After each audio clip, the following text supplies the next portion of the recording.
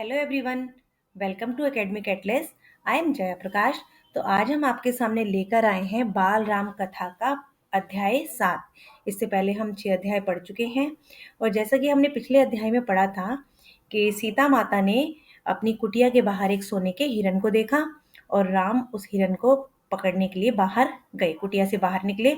लेकिन वो लक्ष्मण को सीता की रक्षा के लिए वहीं पर छोड़कर गए थे और बोलकर गए थे कि आप सीता माता को छोड़ के वहां से नहीं जाना। ठीक है, तो चलिए आगे पढ़ते हैं क्या है इसमें। राम को कुटी से निकलते देखकर मायावी हिरण कुलाचे भरने लगा। अब वो जो सोने का हिरण था जिसको सीता माता ने देखा था, वो वाकई में हिरण तो था ही नहीं, वो तो मारीच था जिसने अपनी मायावी शक्ति से अपने आप को हिरण बनाया हुआ था। तो जैसे ही वो चाहते भी मारीच जो था वो यही चाहता था कि राम जो है वो कुटी से बाहर आए, उसको पकड़ने के लिए आए। तो जैसे ही मायावी मारीच ने यानी उस सोने के हिरण ने राम को कुटी से बाहर निकलते हुए देखा तो वो कुलाचे भरने लगा। कुलाचे का मतलब बहुत लंबी लंबी छलांगे लगाने लगा। राम को बहुत झकाया। झकाया मतलब राम उसके पीछे पीछे भागते रहे और वो कभी उधर भागता रहा। झाड़ियों में लुकता छिपता भागता वह राम को कुटी से बहुत दूर ले गया। अब क्या था कि वो जो मारीच था या वो सोने का जो हिरन था वो चाहता था कि राम को वो कुटी से बहुत दूर ले जाए। तो इसी तरह से लुकते छिपते इधर उधर छिपते हुए राम को कुटी से बहुत दूर ले गया। राम जब भी उसे पकड़ने का प्रयास करते वह भागकर और दूर चला जाता। हिरण चालाक था, वह इतनी दूर कभी नहीं जाता था कि पहुंच से बाहर लगे। मतलब राम जैसे ही उस हिरण को पकड़ना चाहते थे, पकड़ने लगते थे, तो वो उनकी पकड़ से दूर चला जाता। लेकिन वो इतनी भी दूर नहीं जाता था कि राम उसे पकड़ ना पाए। वो सोचता था कि मैं इतना पास रहूं राम के कि राम मुझे देखता रहे, तो वो ताकि उसको पकड़ने की कोशिश भी करता रहे। अब राम के सारे प्रयास विफल हुए। मतलब राम उसे पकड़ ही नहीं पा रहे थे।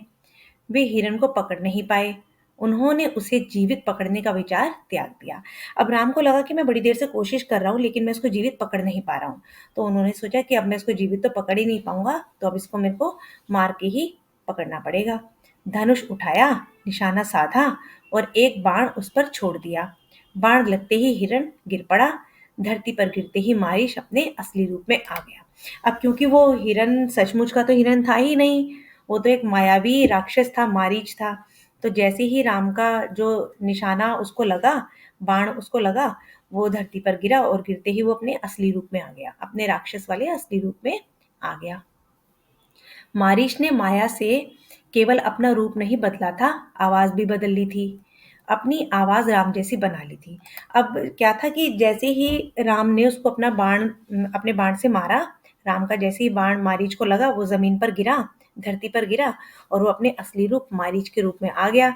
तो उसने केवल अपना रूप ही नहीं बदला था, वो मारीच से हिरन ही नहीं बना था केवल, बल्कि उसने अपनी आवाज भी बदल ली थी। हिरन तो वो बना ही था, उसने अपनी आवाज भी बदल ली। जैसे ही वो गिरा उसने अपनी आवाज को राम की जैसी आवाज बना ली और धरती पर पड़े हुए वह जोर जोर से चिल्लाया, हा सीते, हा लक्ष्मण। मतलब कि वो ना राम की आवाज निकाल के चिल्लाने लगा।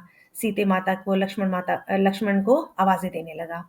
ध्वनि ऐसी थी कि जैसे राम बाण राम को लगा हो। मतलब इस तरह से दुख वाली आवाजें निकालने लगा जैसे राम को बाण लग गया हो और वह सहायता के लिए पुकार रहा हो। बाण का प्रहार गहरा था। मारीच उसे अधिक देर तक सहन नहीं कर पाया। मतलब बाण तो मारीच को लगा ही था और बहुत ही गहरा लगा था। तो जितनी देर तक वो आवाजें निकाल सकता था उसने निकाली, वो ज्यादा देर तक उस बाण के प्रहार को सहन नहीं कर पा रहा था। वह छटपटाता रहा। जल्दी ही उसके प्राण पखेरु उड़ गए। मतलब जल्दी ही वो मर गया। प्राण पखेरु उड़ गए मतलब वो मर गया। ठीक है, तो रावण एक विशाल वृक्ष के पीछे खड़ा था। वह प्रसन्न था, उसकी चाल सफल हो गई थी। मतलब ये सब कुछ जब रावण जो है वो एक पेड़ के पीछे छिपकर देख रहा था कि भाई हिरन राम को बाहर ले गया। अब वो तो चाहता भी यही था रावण की किसी तरह से सीता माता अकेली मिले उसे। तो उसकी जो चाल थी वो सफल हो गई। मारीच ने अपनी भूमिका अच्छी तरह से निभाई थी। अब तक सब कुछ वैसा ही हुआ जैसा उसने सोचा था। मतलब जैसा जैसा रावण ने प्लान किया था उसके प्लान के अकॉर्डिंग ही सब कुछ हो रहा था। उसे राक्षस अकम्पन की बात याद आई। सीता का हरण हो तो राम के प्राण निकल जाएंगे। मतलब अब जब वो खुश हो रहा था उस पेड़ के पीछे सब कुछ देख के, तो उसको बात याद आई कि कंपन ने उसे बताया था कि जो राम के जो प्राण है वो तो सीता माता में बसे हुए हैं। अगर हमने सीता का ही अपहरण कर लिया तो राम के प्राण तो वैसे ही निकल जाएंगे, तो वह निशक्त हो जाएंगे। वह अगले चरण की तैयारी में जुट गया। अब उसने सोचा कि अब नेक्स्ट स्टेप देखते हैं, अगला चरण देखते हैं क्या करना चाहिए। तो मारीच की पुकार राम ने सुनी। वह पास ही थे, क्योंकि राम तो उसे पकड़ने के लिए ही भाग रहे थे, तो राम तो वहीं पर थे। और जो मारीच है वो राम की आवाज निकाल कर चिल्ला रहा था। उन्हें समझने में देर नहीं लगी कि पुकार की मंशा क्या है। अब राम को ये सब चीजें तो समझ आ गई कि ये कुछ ना कुछ प्लान है, जो कि मेरी आवाज निकाल के वो चिल्ला रहा है, तो कुछ ना कुछ गड़बड़ है। मायावी मारीच की पूरी चाल उसके सामने खुल गई। अब जो मायावी जो मारीच था, जो हिरन बना हुआ था, उसकी पूरी की पूरी जो चाल थी वो राम के सामने आ गई। राम को सारी सच्चाई का पता चल गया। हिरन जानबूझकर भागता रहा, उन्हें कुटिया से दूर ले जाने के लिए। वह षड्यंत्र का अगला चरण विफल करना चाहते थे। अब राम को ये सब चीजें समझ आ गई कि ये कोई ना कोई षड्यंत्र है, और मेरे को ये कुटी से दूर ले जाना चाहते थे ताकि सीता माता अकेली पड़ जाए। पर वो तो लक्ष्मण को वहां छोड़कर आए थे, तो उनको लगा कि अब जो नेक्स्ट स्टेप है, जो भी ये षड्यंत्र रच रहा है कि किसी तरह सीता के लिए जाए, तो मैं लक्ष्मण को वहां से ना हटने दूं। उससे पहले वो वहां पहुंचना चाहते थे। उनकी चाल में तेजी आ गई ताकि जल्दी कुटी पहुंच सके। मतलब वो बहुत तेजी से अपनी कुटी की तरफ चलने लगे ताकि वो जल्दी से कुटिया पहुंच सके।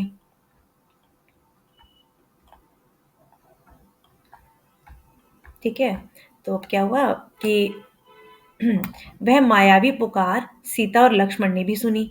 अब जिस समय मारी चिल्ला रहा था कि हाय सीते, हाय लक्ष्मण, तो ये सारी पुकार सीता माता और लक्ष्मण ने भी सुनी। लक्ष्मण उनका रहस्य तत्काल समझ गए, और लक्ष्मण राम की तरह उन्होंने बाण चढ़ाकर धनुष दृढ़ता से पकड़ लिया। अब जब ये आवाजें आ रही थी तो लक्ष्मण तो फिर भी समझ गए कि कोई ना कोई तो गड़बड़ है, राम की तो ये आवाज नहीं है। और उन्होंने धनुष उठा लिया, चौकसी बढ़ा दी, मतलब पहरेदारी अपनी बढ़ा दी। वे राक्षसों की अगली चाल का सामना करने के लिए तैयार थे। साथ ही राम का आदेश उन्हें याद आया था कि उनके लौटने तक सीता की रक्षा करनी है। लक्ष्मण की ओर से इसे इसमें चूक की कोई संभावना ही नहीं थी। मतलब अब उन्हें ये तो याद था लक्ष्मण को कि मुझे सीता की रक्षा करनी है, तो मुझे यहाँ से हिलना नहीं है, क्योंकि राम ने उन्हें कहा था जाने से पहले। तो सीता वह आवाज सुनकर विचलित हो गई। लेकिन अब लक्ष्मण को तो पता था कि कुछ ना कुछ षड्यंत्र है, लेकिन सीता जो है वो विचलित हो गई, वो घबरा गई कि राम की आवाज आई है, कुछ ना कुछ गड़बड़ हुई है। दौड़कर कुटिया के द्वार पर आई। अब जब सीता माता ने आवाज सुनी, राम की आवाज निकल कर आई, सुनाई दी उन्हें इतनी दर्द भरी, तो वो जो है कुटी से बाहर आई निकल कर। उन्होंने लक्ष्मण से कहा, तुम जल्दी जाओ, जिस दिशा से आवाज आई है उसी ओर। मतलब अब उसने कहा सीता माता ने कहा कि तुम अब जल्दी से जाओ, जहां से आवाज आ रही है वहां पर पहुंच जाओ, जिस दिशा से भी आवाज आ रही है। तुम्हारे भाई किसी कठिन संकट में फंस गए हैं। क्योंकि जब ये आवाज दर्द भरी आ रही थी, तो सीता माता को लगा कि राम किसी संकट में फंसे हुए हैं, तो उन्होंने सहायता के लिए पुकारा है। उनकी ऐसी कातर आवाज मैंने कभी नहीं सुनी। जाओ लक्ष्मण, जल्दी जाओ। अब सीता जो है, उन्होंने लक्ष्मण सीता माता ने लक्ष्मण को कहा कि तुम जल्दी जाओ, मैंने ऐसी दर्द भरी आवाज कभी नहीं सुनी राम की, जरूर वो किसी संकट में है।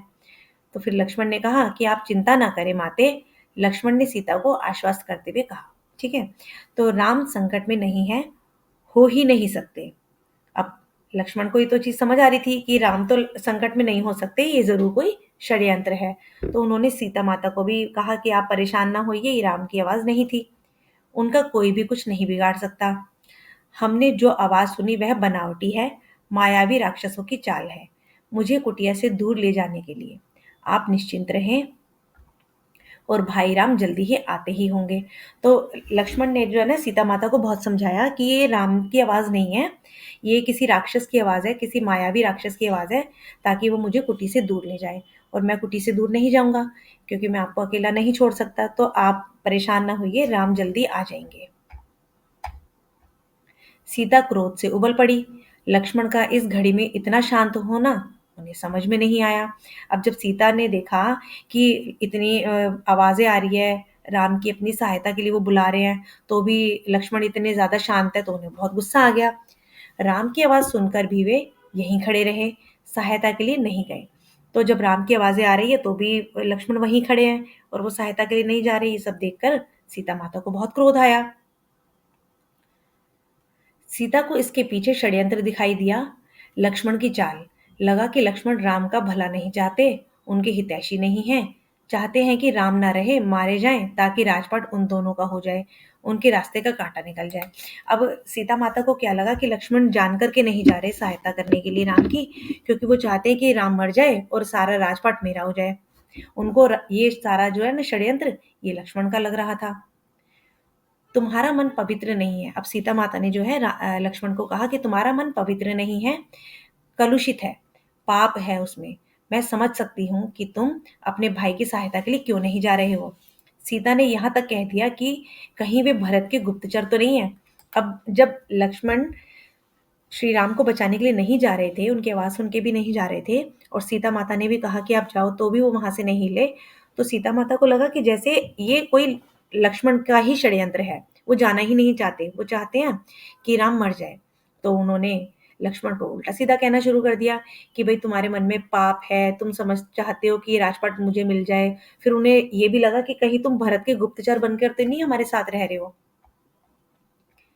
तो सीता की बातों से लक्ष्मण को गहरा आघात पहुंचा। अब लक्ष्मण को बहुत ज़्यादा दुख हुआ कि मेरे बारे में सीता माता को ऐसी बातें उनके मन में आ रही है। उनका हृदय छलनी हो गया, पर उन्होंने पलटकर उत्तर नहीं दिया। संयम बनाए रखा, सिर झुकाकर सब चुपचाप सुन लिया। वे सीता की पीड़ा समझ पा रहे थे, मतलब उन्होंने जो भी सीता माता ने कहा वो चुपचाप सुनते रहे। उन्होंने पलट करके सीता माता को कोई जवाब नहीं दिया। उनको लगा कि इस समय सीता माता को बड़ा दुख हो रहा है, उनकी पीड़ा वो समझ रहे थे, उनका दुख समझ रहे थे। तो लक्ष्मण चुपचाप सब कुछ सुनते रहे।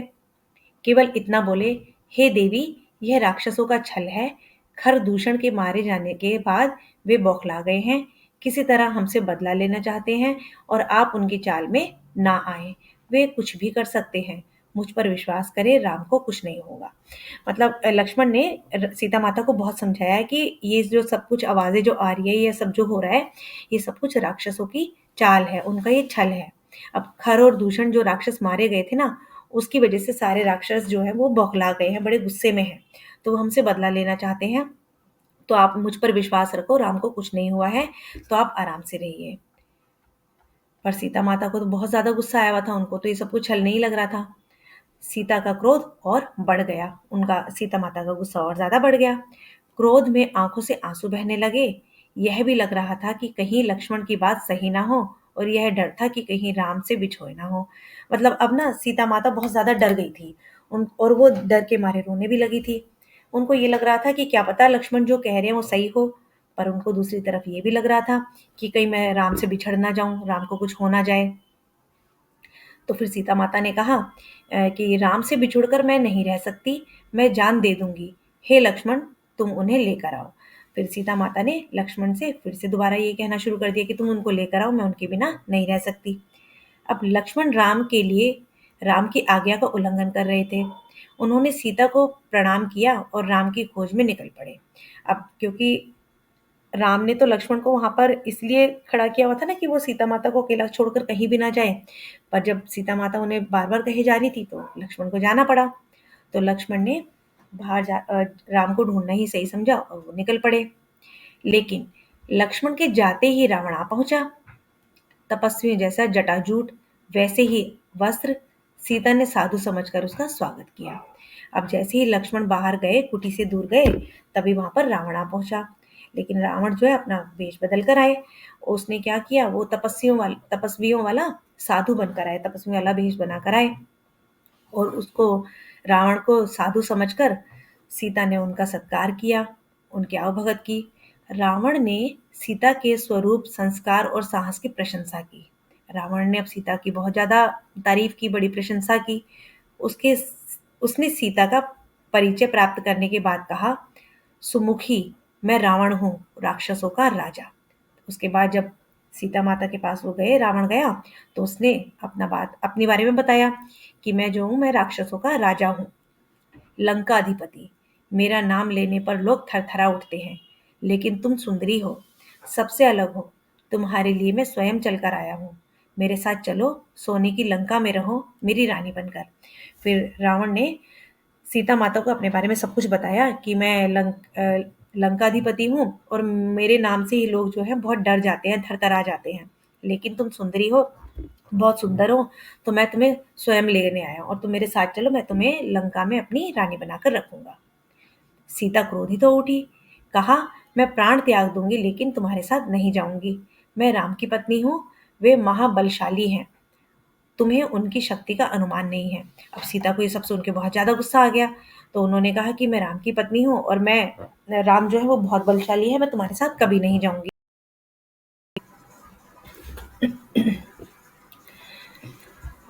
तुम चले जाओ, नहीं तो तुम्हारा सर्वनाश हो जाएगा। रावण ने सीता की बात अनसुनी कर दी और खींच कर उन्हें रथ में बिठा लिया। मतलब अब जब सीता को बहुत ज़्यादा गुस्सा आया तो उन्होंने कहा कि तुम यहाँ से चलिए चले जाओ, नहीं तो तुम्हारा सर्वनाश हो जाएगा, राम तुम्हें छोड़ेंगे नहीं।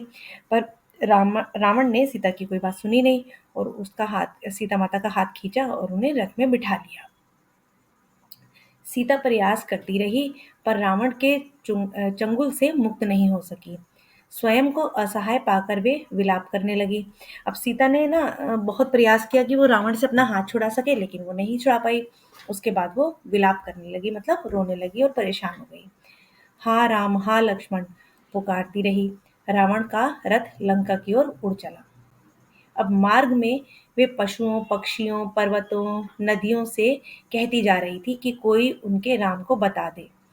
रावण ने उनका हरण कर लिया है। अब जब सीता माता का हरण करके रावण ले जा रहे थे, तो सीता माता मार्ग में जितने भी पशु पक्षी थे, वन थे, पर्वत थे, उन सबसे ये कहती जा रही थी कि कोई राम को बता दे कि मेरा हरण जो है वो रावण करके ले गए हैं। गिद्धराज जटायु ने सीता का विलाप सुना। उसने ऊंची उड़ान भरी, रावण के रथ पर हमला भी कर दिया। वृद्ध गिद्धराज ने रथ शत विशत कर दिया। मतलब जब सीता माता विलाप कर रही थी कि कोई राम को बता दे, तो उस समय ये सारी आवाजें ना गिद्धराज ने भी, जटायु ने भी सुनी और उसने बहुत कोशिश की कि वो सीता माता को बचाए। उसने अपनी उड़ान को ऊंचा किया और रावण के रथ पर हमला कर दिया। वृद्ध थे वो गिद्दा जो थे वो वृद्ध थे, बूढ़े हो चले थे, तो वो रथ शत विशत कर दिया, मतलब तहस नहस कर दिया, हिला दिया पूरा रथ। रावण को घायल कर डाला। अब क्रोध में रावण ने जटायु के पंख काट दिए। अब जब गिद्धराज ने रावण का रथ पूरा शत-विशत कर दिया और रावण को भी घायल कर दिया, तो रावण को बड़ा ही क्रोध आ गया और उसने जटायु के जो पंख थे वो काट दिए। और जैसे ही पंख काटे तो जटायु अब उड़ नहीं सकता था, क्योंकि भाई वो पंखों से ही तो उड़ रहा था, तो वो सीधा धरती पर आ गिरा। रावण का रथ टूट गया था, उड़ान नहीं भर सकता था।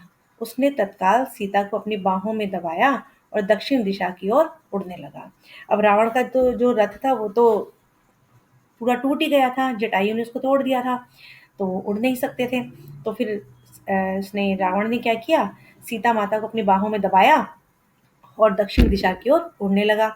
सीता को लगा कि अब संभवतः कोई उसकी सहायता नहीं कर पाएगा। उनका बचाव केवल एक ही था, राम को किसी तरह समाचार मिल जाए। उन्होंने अपने आभूषण उतारकर फेंकना प्रारंभ कर दिया। अब सीता माता को ये अंदेशा तो हो ही गया था कि अब उनको कोई बचा नहीं पाएगा।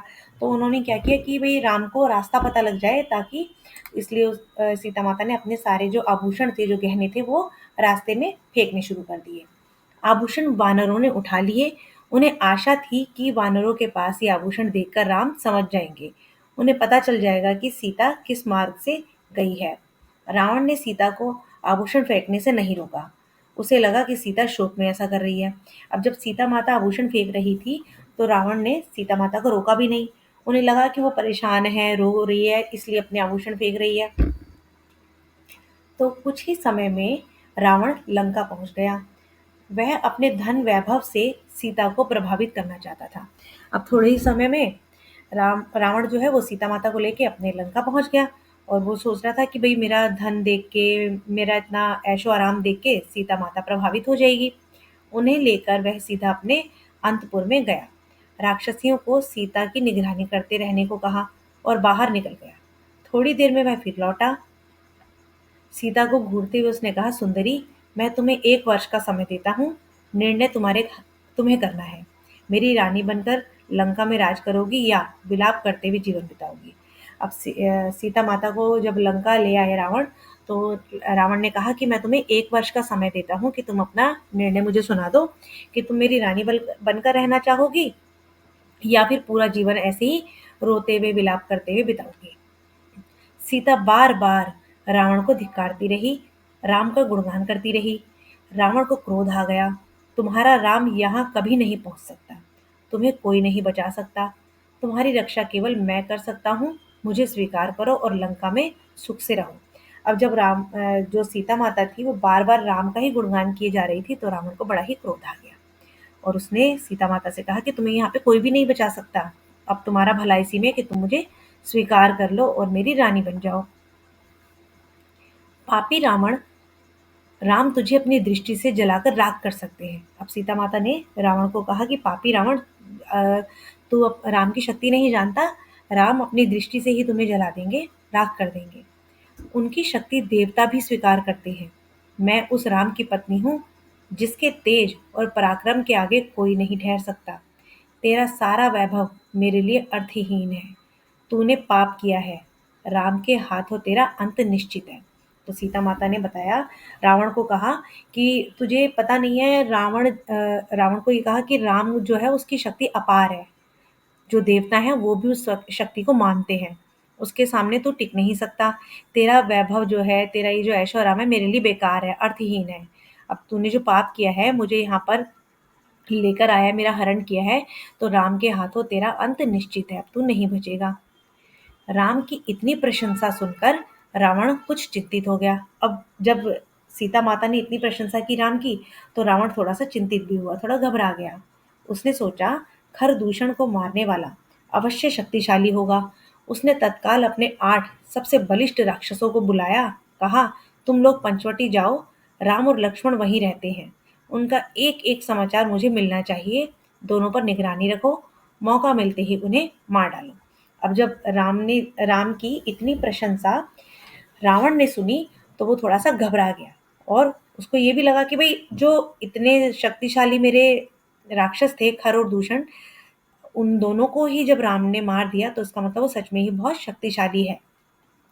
तो रावण ने क्या किया, अपने सबसे बलिष्ठ 8 राक्षसों को बुलाया और उन्हें पंचवटी भेजा और कहा कि तुम राम और लक्ष्मण पर ना पूरी नज़र रखना और उनकी एक-एक खबर मुझे देना, एक-एक समाचार मुझे देना और जैसे ही तुम्हें मौका मिले उन दोनों को मार डालना।